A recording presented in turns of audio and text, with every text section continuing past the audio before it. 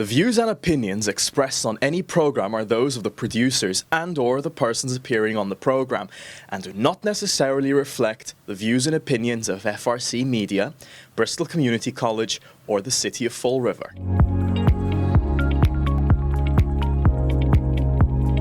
Good afternoon, everybody. My name is Mike O'Sullivan, and I'm the CEO of One SouthCoast Chamber. On behalf of the One SouthCoast Chamber, our board of directors and partners, it's my pleasure to welcome you to the 2024 State of Business with Mayor Coogan. It's great to see so many of you in attendance. We appreciate you taking the time out of your busy schedule to join us. And I will say, although he hasn't had the chance to say it to me today, the last few years as we've gotten back into doing this meeting in person, each year our mayor has said to me, holy cow, there's so many more people here this year. And I said, well, you keep getting better at it, and then more people show up. So we're very, very grateful that we have so many people here. We have, I think, almost 160 people. So we're very grateful for that. And we're very grateful for the support of our sponsors, the City of Fall River, and our members. And thankfully, we're able to deliver this state of business today. So I know everyone's eager to hear from Mayor Coogan, but first I want to take a brief moment to recognize those that have made this event possible. Our premier sponsor is St. Anne's Credit Union. Thank you very much. Our corporate sponsor, SouthCoast Health, over here. Thank you very much. And our supporting sponsors, Bay Coast Bank and Bristol County Savings Bank. Without you guys, we couldn't do the work that we do. And lastly, the Chamber would like to thank the mayor and the elected officials, although I think we don't have any other elected officials right now. They'll come in after he starts speaking, watch. Lastly, we'd like to thank the mayor for being here and taking the time. He's got an incredibly busy schedule, and we appreciate his hard work and dedication to our city. And now it's my pleasure to introduce the mayor of City of Fall River, the Honorable Paul Coogan. I don't want to forget my place, but I do have to start off by, of course, thanking the Chamber for having me down here at the Fall River Country Club. It's nice to see so many people. I really don't have any idea why you're coming to hear what I have to say, but I say it every year and I try to do the best I can. I think we're in a good spot in Fall River, and it's because of the people in this room. I'm just one of the catalysts along the way that tries to help move things along and make the city a better place to live. I would like to take this opportunity again to thank One Coast and to deliver the 2024 State of the Business Address. As many of you know, there's been a new buzz surrounding Fall River. And as the years go by, we're seeing an increase in growth and interest in our community across the board. This change is evident in our residential, commercial, infrastructure, and business projects that are going on across the city. Fall River is finally being recognized for its action as well as its potential. And it has been my honor to serve as mayor during this important time in our history. And I'd like to start today with a brief update on the city's finances. We have seen our rainy day fund grow from $10 million when I took office in 2020 to almost $26 million today. That's an increase of over $15 million, and as many of the people in this room know about finance, you have to build your reserves or your rainy day fund for down the road when something goes sideways.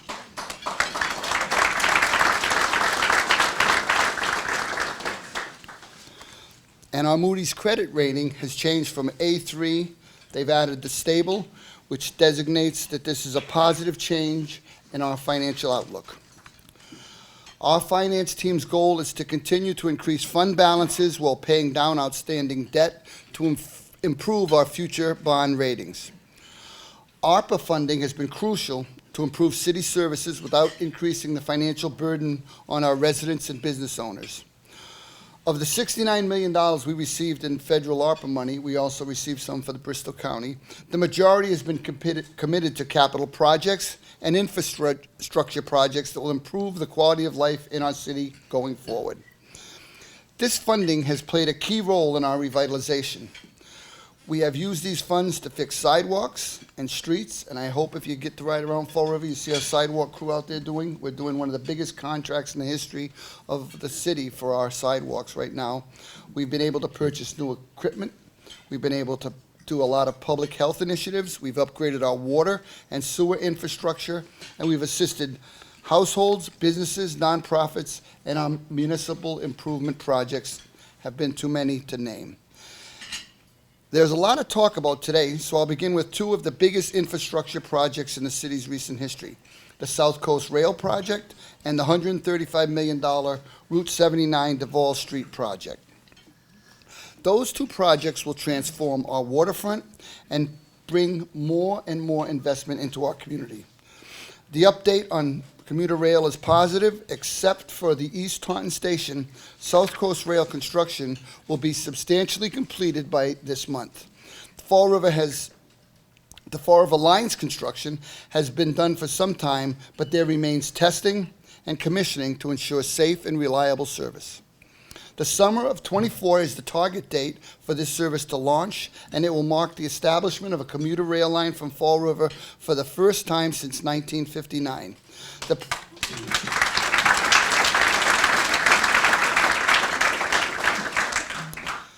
This project has been a catalyst for continued economic growth and renewed interest in our city. The Fall River Redevelopment Authority received a planning grant from the state to help support the development of a master plan for the 19 acres of waterfront created by the removal of Route 79. The master plan will include proposals for housing, commercial, retail development, and of course parking.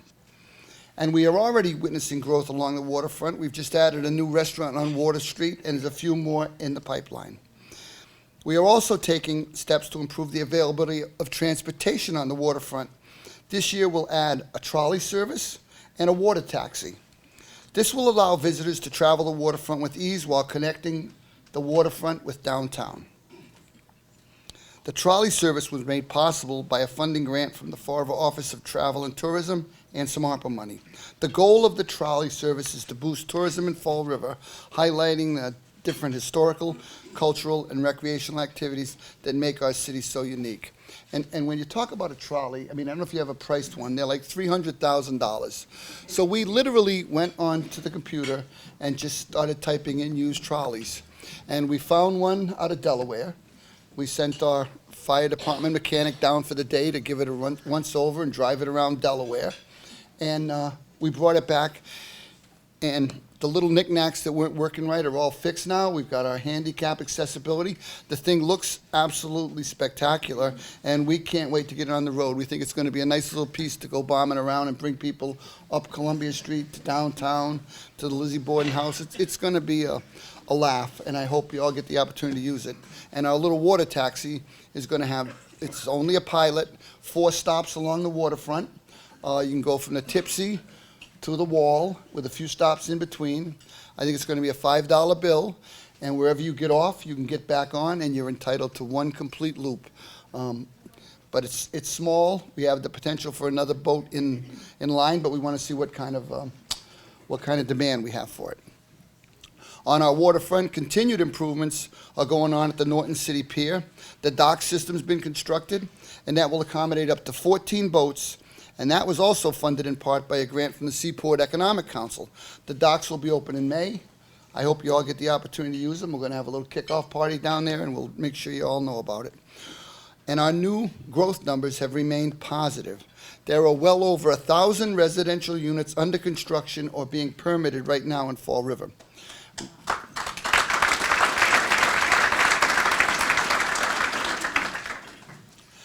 Revenue from building permits to date is over $690,000, which means we're going to pass last year's number again. All one needs to do is drive around the city and see the number of residential and business and commercial projects that are going on, and they are just about on every single street. For years, the city, we faced the issue of the abandoned mill buildings and other properties that were public safety concerns.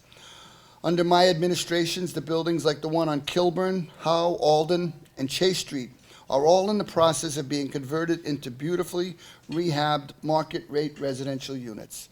And I say this every year, but literally, if you're out riding around and you go down by Cuss Middle School, take a ride around the Ashworth Lofts across the street and see the number of out-of-state license plates in that parking lot. It really is something to see. And I found out later that a lot of those were people that were stationed in Newport who can't afford to live on Aquidneck Island. So we're getting a bubble up that way coming down, and we're getting a bubble up from the north coming down. So Fall River is in a very good location right now to draw people from both directions, and we do see it happening. Our economic growth is due in large part to an increased interest and investment from our developers, both local and statewide. The city's potential is what they're investing in, and investment, of course, is not just limited to housing. New and existing companies are seeking space in Fall River to build or expand their current operations. In the industrial park, one of our strongest employers, Gold Medal Bakery, recently purchased property at 231 Commercial Drive. It was formerly owned by the Atlantic Lighting Company. Gold Medal plans to make a substantial investment in developing this facility to create new production capabilities and jobs. Gold Medal also plans to purchase a contiguous parcel that the Fall River Redevelopment Authority owns. Invigen Pharmaceuticals, I'm very excited about this company. In addition to investing $5.7 million into their existing facility, recently made plans to expand to a second location on Airport Road, and that project is expected to cost over $20 million and create 50 more additional high-paying jobs over the next 8 years.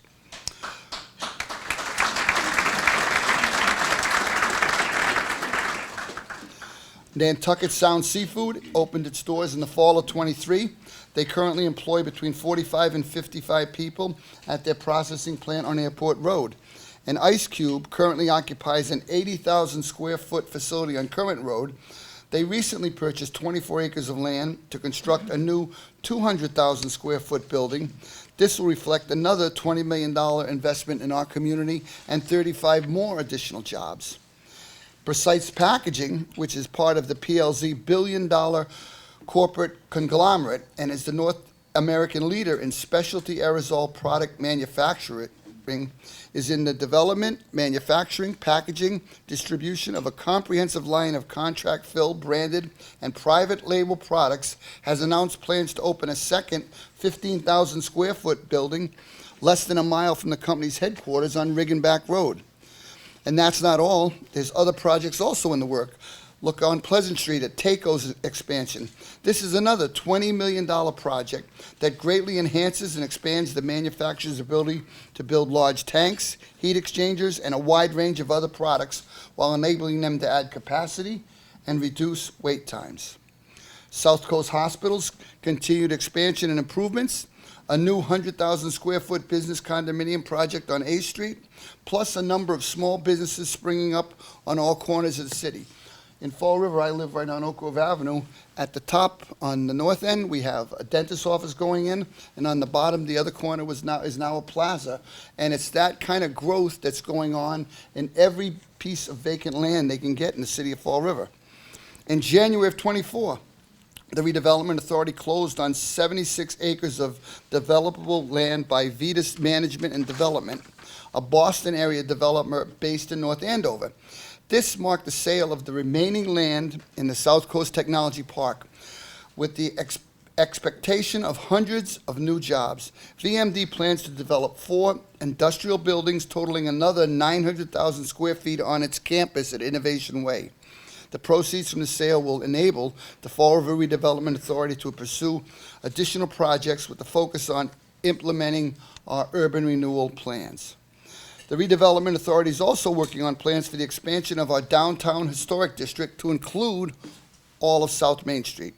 A draft urban renewal plan and roadmap for neighborhood revitalization has been in the works for the Flint since 2022, and it will be submitted to the City Council and state agencies for approval.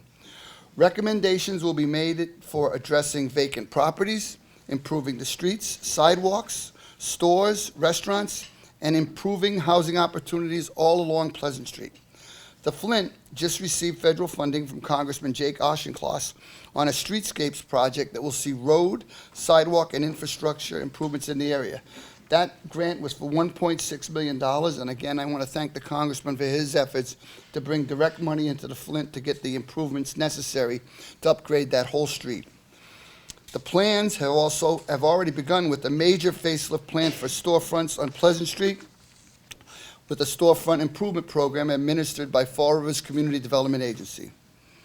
Rehabilitation of properties in the Flint are expected to yield over 200 additional housing units. And I'm not taking the credit for it. I'm not. I want people to know that it's the people in this room and throughout the city that make these investments to keep things moving along. We, as I said, we work with them to keep things rolling, and we will do anything to support them. But these are the people that are the backbone of our city. So much economic growth is taking place daily in the city of Fall River. It really doesn't fit properly into this one speech. I drive around all the time. We all stay visible, and we are constantly trying to stay informed and aware of what's going on in the city. And one of the reasons I think we've been so successful is due to the people in this room today. You guys are the backbone of the city. Your continued investment and partnership means everything to our city and everything to me. And it's a privilege to work with you every day. And thank you all very, very much for taking the time to listen to me. I gotta believe you have better things to do than listen to me, but I do appreciate you all, because I'm used to talking in front of high school kids, and by now they're throwing pencils across the room. But I do appreciate the attention you gave me, and I do want you to know that I am really, really bullish on Fall River. I think the team that's in this room and throughout the city making the proper investments and keeping things rolling is the way to go, and I believe that we're going to be one of the models that the rest of the state follows to see how to do it. And again, thank you all for letting me talk today. I really appreciate it.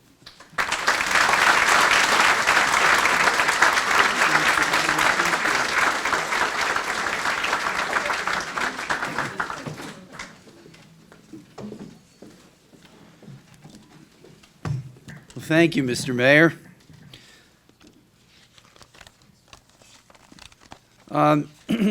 So thank you for taking the time today to address the business community. We want to once again thank our sponsors, St. Anne's Credit Union, SouthCoast Health, Bay Coast Bank, and Bristol County Savings. Without you folks, we couldn't do this.